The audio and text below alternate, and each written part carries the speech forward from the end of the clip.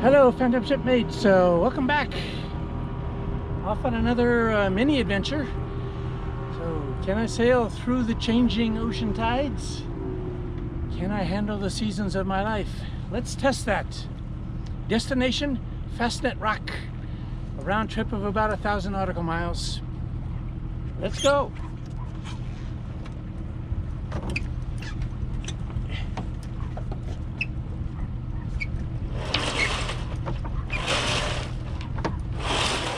Okay, I'm all set up. I got my gloves on. I got my knife on my belt, just in case. And it's all rigged. I just need to hoist it now. Let's see how this goes.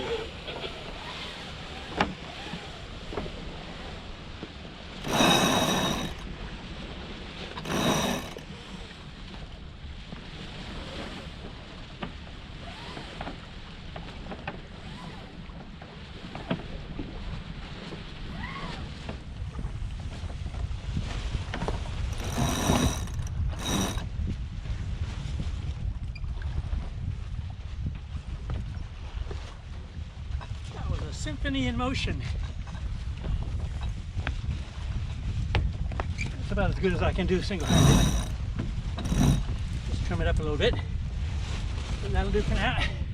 Oh, a lot of people say that the or assume an asymmetric spinnaker is just good for going downwind, but you know, here you can see I'm at 75 degrees, 75-80 degrees apparent on this, so you can come up into the wind quite a bit with an asymmetric spinnaker, a gennaker, or a code zero, or a flasher, or whatever you want to call it. But it's a nice sail and it has good power, especially when there's light winds. It gets a bit tricky to handle when there's high winds, but that's the fun of it. That's the challenge too.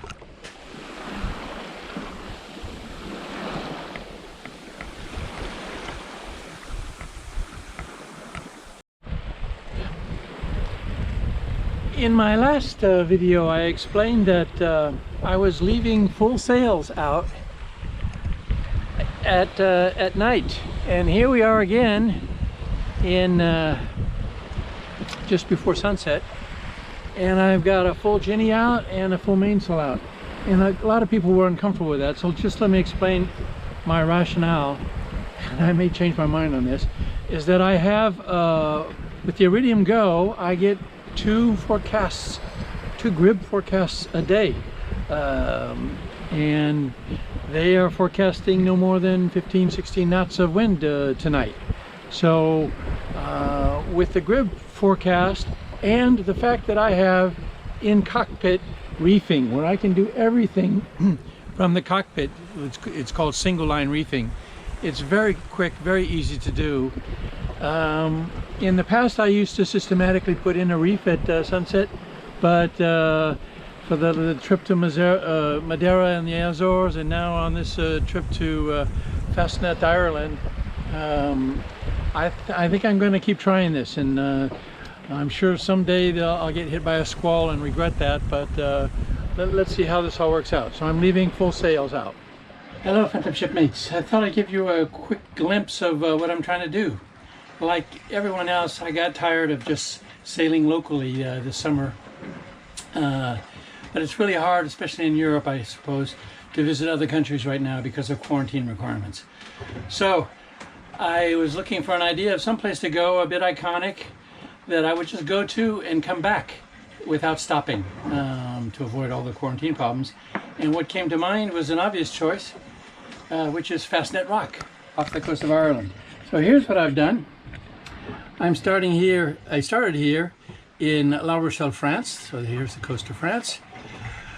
And then I went way out to the west here to pick up wind. For some reason I've lost the track, and it started again. But I went way west to pick up the wind, and here's the coast of Ireland right here, and I've got just a little over 100 miles left to run, and this is where Fastnet Rock is, right off the coast of Ireland.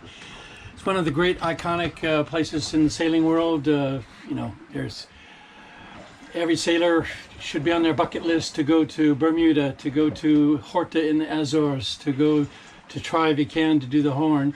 But I think Fastnet Rock, for reasons that everyone's aware of, it's one of the iconic racing marks of the sailing world. And then when I turn around to come back, I'm going to be looking at winds of 25 gusting to 35. So that's why it's called Fastnet, and that's why it's a challenge. Okay, come on guys, tighten up the formation. This isn't the Air Force. That's much better. Tuck it in there nice and tight. Blue Angel close.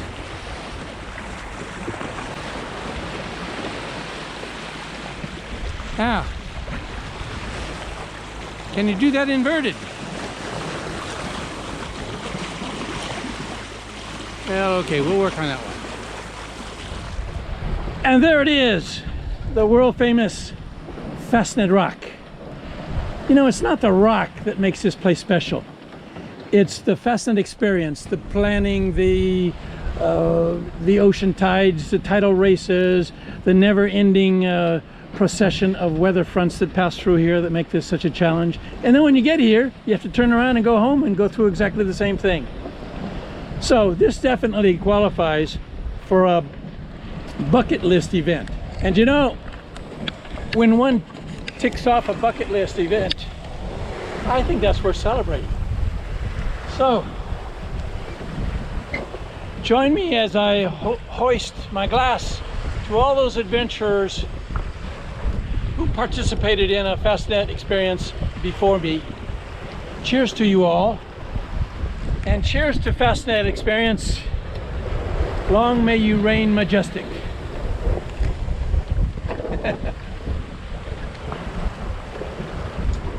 And now I see a fog bank rolling in behind me, so I better get dressed for work.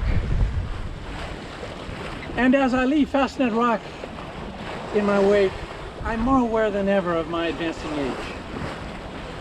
We're captives on the carousel of time. I can't return.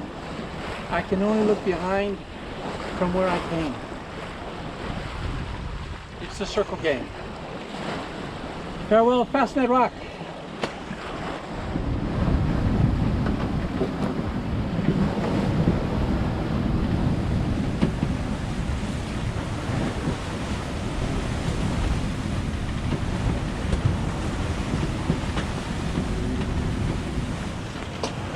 Good morning.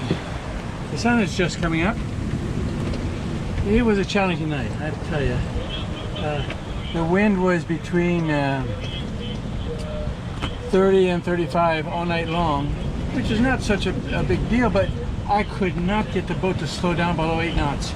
And we were heeled over at 30 degrees. And oof, that was, I could not find a way to hold my head that didn't hurt. That was tough. And I finally gave up and just hove to. This boat doesn't heave to very well in high winds and high waves. You can see there's still, I'd say, 3-meter seas. Last night there were about 4 and 35 knots of wind. Those are tough conditions. And so I hove to, and I actually hove to twice. I hove to, and then a second time around, and it kept me pointing in about the same direction I want to go in the second hove to. And so I was going forward at 1.82 knots, generally in the direction I wanted to go anyway. So I said, I'm going to take advantage of this, and I went to sleep for 4 hours. That was a good feeling. I needed it. So then about an hour ago I said, well, okay, let's get back on the road again. And there's still 26 knots, 26, 27 knots now. So I decided to drop the mainsail and just go on the staysail, which has worked for me many times before. So how do you drop the mainsail when you're in 26 to 30 knots of wind? You turn the engine on and motor up into the wind after furling the staysail? Let me tell you, that's not simple. So I was in the Hope 2 position. In the Hope 2 position, the mainsail is almost luffing. You know, you eased it way out, and that's how I dropped the main. I was in the Hope 2 position. I just dropped it, eased it all the way down, and it just came straight down with no drama and no hanging up in the rigging, etc., etc. So if ever you're in really high winds and you need to drop the mainsail, heave to, and then ease the mainsail down that way. Well, I am coming right up on the edge. I'm about 3 or 4 miles away from the edge of a very substantial. It's not in the TSS. It's the exit of the TSS. But it's very heavily trafficked. Continuous line of ships going north, continuous line going south. You can see there's 250 meters, 300 meters of visibility there in the fog. So I hove to, and I am just gonna give this a couple of hours. Hopefully it'll clear off. I know with AIS and all that, everyone should be able to get through with no problem, but it doesn't sound like very good seamanship to me, so I'll see if this burns off. So what would you do? I need to go this direction. So here's the southbound traffic coming out of the TSS, and here's the northbound traffic at the bottom there. And I have hove to, and I'm parked right there. Would you have gone across that? I mean, you do these things at night when there's no visibility except for lights that are hard to see. Tough call. I forgot something when I hove to this morning. I did it with the Genoa. Normally, when to release the hove to position, I just release the sheet and the sail goes across and I just sail away. Well, I can't do that with the Genoa because the staysail is in the way. The Genoa will never pass. So either I have to wind it in. I'm going to try something now I've never done before, which is just to jibe around and see if that will work. I don't know, I'll give it a try. I'll let you watch as I jibe around and see if I can clear it. So I'll do it really, I'm moving the helm completely over as quick as I can. And I sheet it in the main sheet somewhat near center line. Let's see if it'll cross through.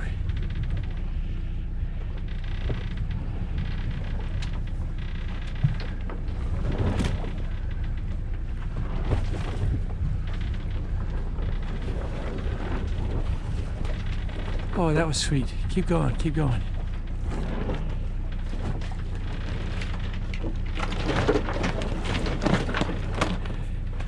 And there we go. Hey, that's another way out of the hove to position, is just jibe out of it. Ha! That was great. You learn something every day.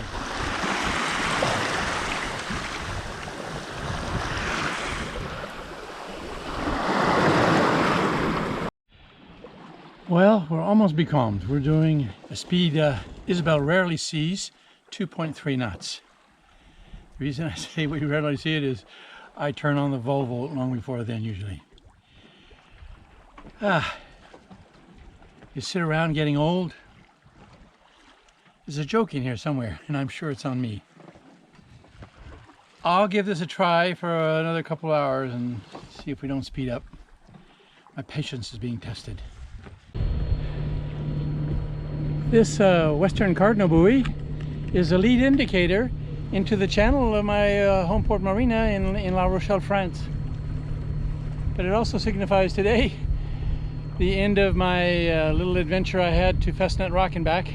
I did a manual calculation that was 1,035 nautical miles. But I have a tracker at home. I'll give you the exact reading of what that turned out to be. I saw a little bit of everything. Dead calm to gusts well in excess of 40 knots. It was great fun. It took 8 days and 4 hours exactly. to arrive here to make that trip. So I'm almost safely home. Now if I can just remember how to park it.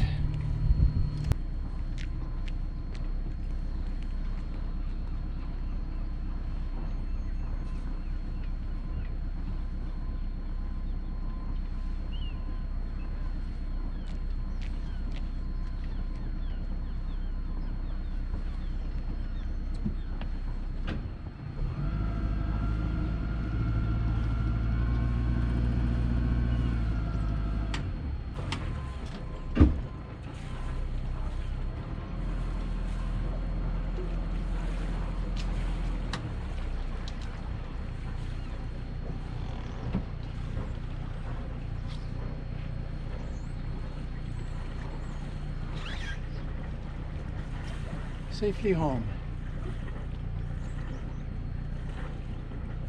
Memories bring diamonds and rust.